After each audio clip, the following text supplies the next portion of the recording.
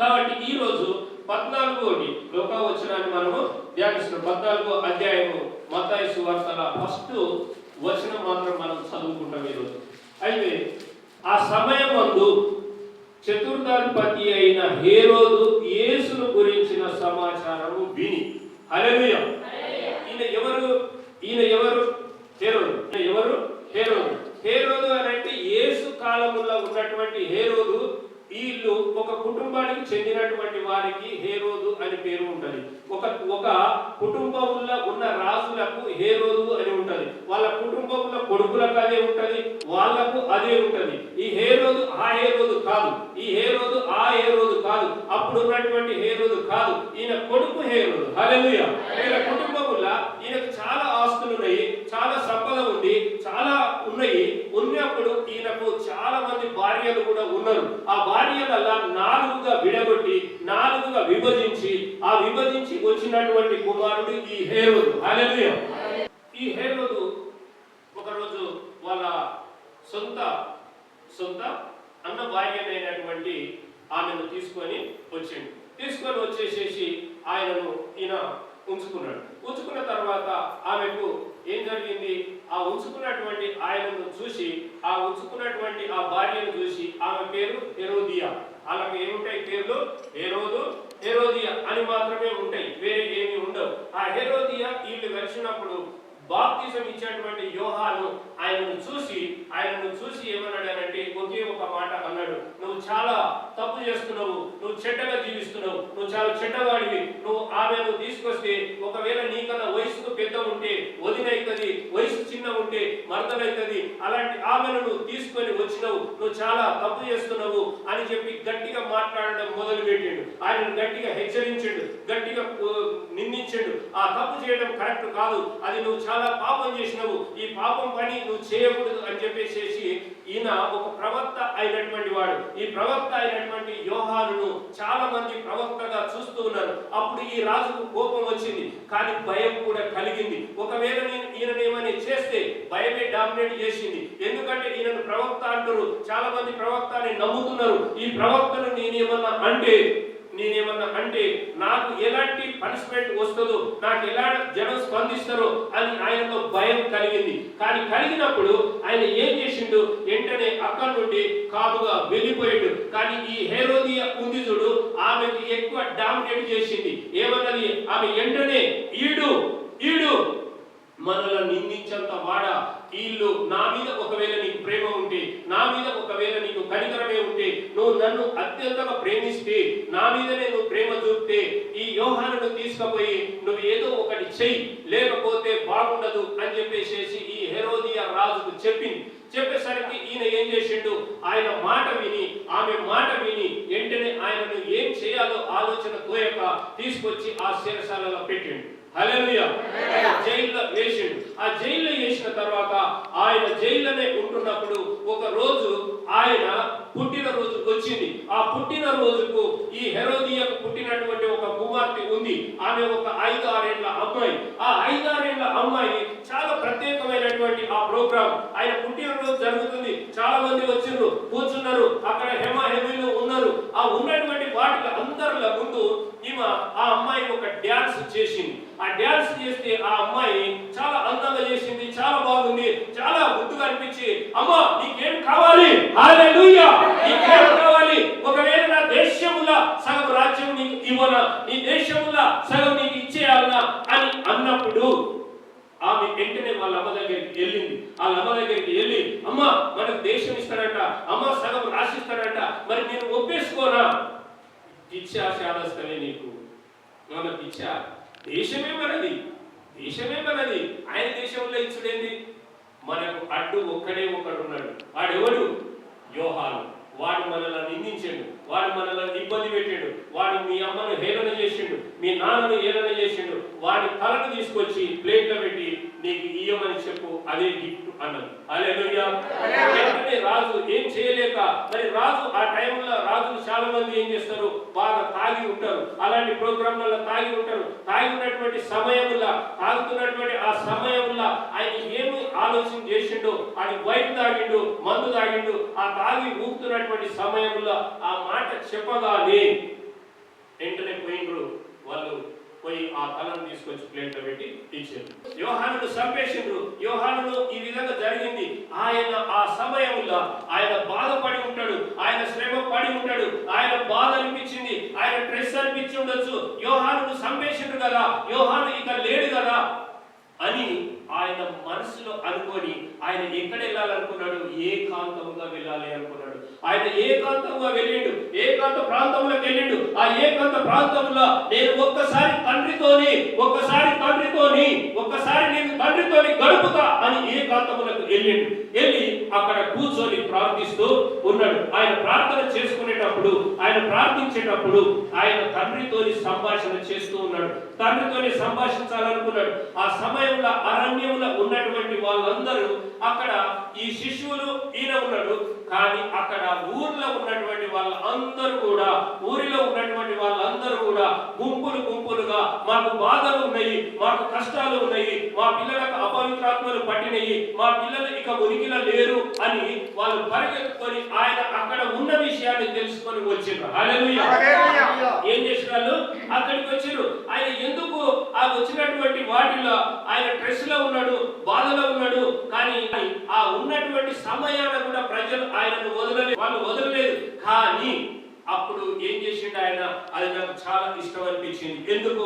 ఆ డ్రెస్ కుంట వెళ్ళడం అని అంటే చాలా ఇష్టం అనిపించింది. మనలో చాలా మంది ఆ డ్రెస్ కుంట వెళ్ళడాన్ని అది చూస్తాం. అప్పుడు బాధ వస్తే, మనకు కష్టం వచ్చినప్పుడు, మనకు బాధ వచ్చినప్పుడు మనం ఏమని అనిపిస్తారో, ప్రభువా నాకు ఈ బాధ వచ్చింది, ప్రభువా నాకు ఈ కష్టం వచ్చింది, ప్రభువా నాకు నెమ్మది లేదు, ప్రభువా నాకు శాంతి లేదు, ప్రభువా నా కుటుంబం ఇలా అవుతుంది అని మీరు ప్రార్థించినప్పుడు, కూర్చోబిడ్డ నేను కూడా అలాంటి డ్రెస్ కుంటనే వచ్చి నేను మీతో మాట్లాడతా కూర్చో అంటాడు. హల్లెలూయా.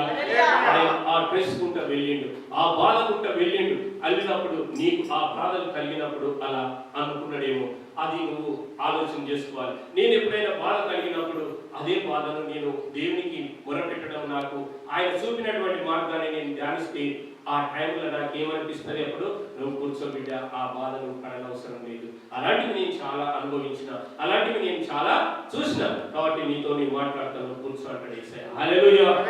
ఆ సమయంలో ఏం చేశారు? కొంతమంది అయితే ఇక చాలా మంది ఏమనుకుంటారు?